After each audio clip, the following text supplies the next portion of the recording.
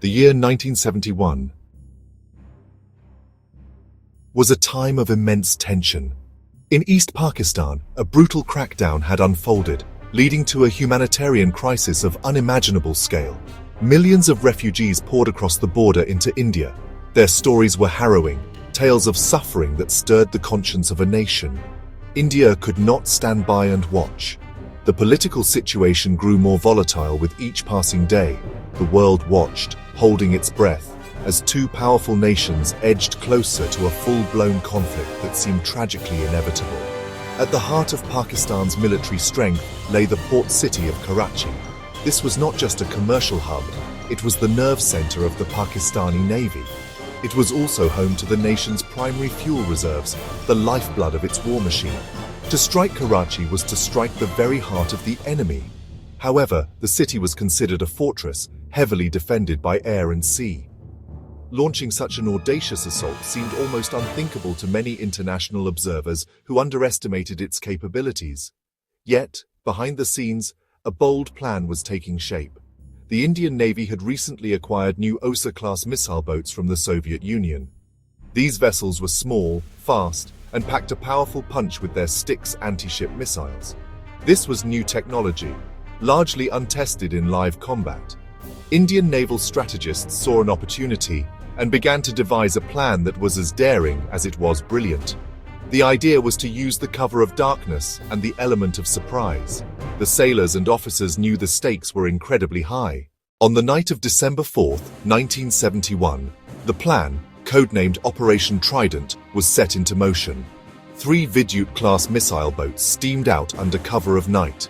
INS Nipat, INS Nirghat, INS Veer, escorted by 2 anti-submarine frigates.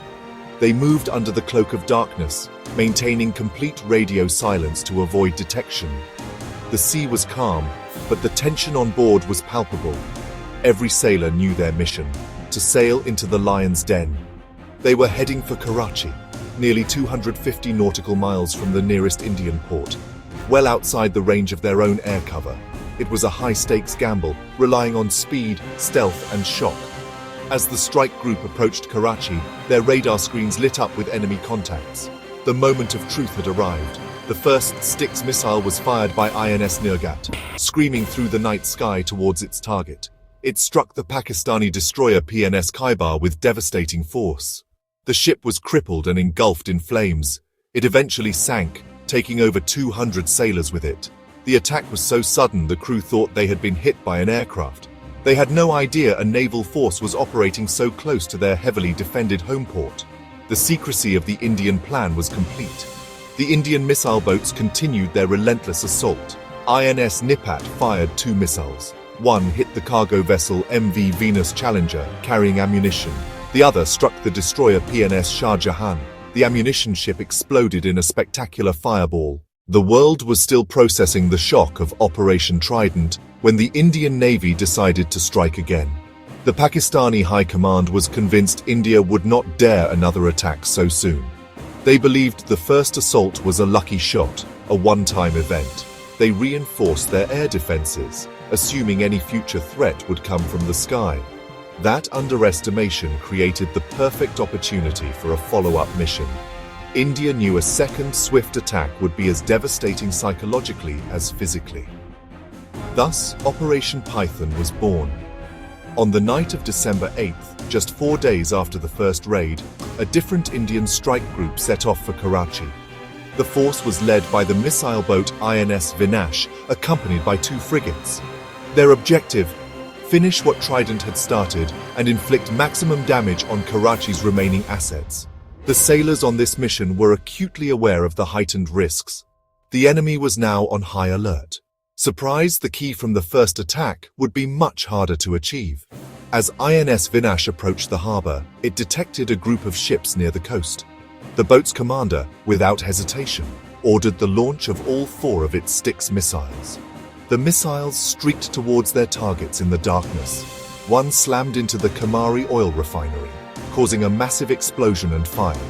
Another struck the Panamanian fuel tanker SS Gulfstar. Another hit the British ship SS Harmattan. Pakistani Navy fleet tanker PNS Dhaka was also severely damaged. The result of Operation Python was utter devastation. The oil depot fires burned for days, sending a thick plume of black smoke into the sky. The twin successes of Operation Trident and Operation Python marked a watershed moment in naval warfare. These missions were the first decisive use of anti-ship missiles in the region, showcasing a dramatic shift in naval tactics. Small, agile missile boats proved they could defeat much larger warships. Naval commands worldwide took notice, rethinking strategies and fleet composition. The age of the missile had arrived, and the Indian Navy had been its dramatic herald. The courage of the sailors and the skill of the officers involved cannot be overstated. They ventured deep into enemy waters, facing overwhelming odds with unwavering bravery, meticulous planning, disciplined execution, innovative use of new technology. By neutralizing the Pakistani Navy and blockading Karachi, India gained complete control of the seas.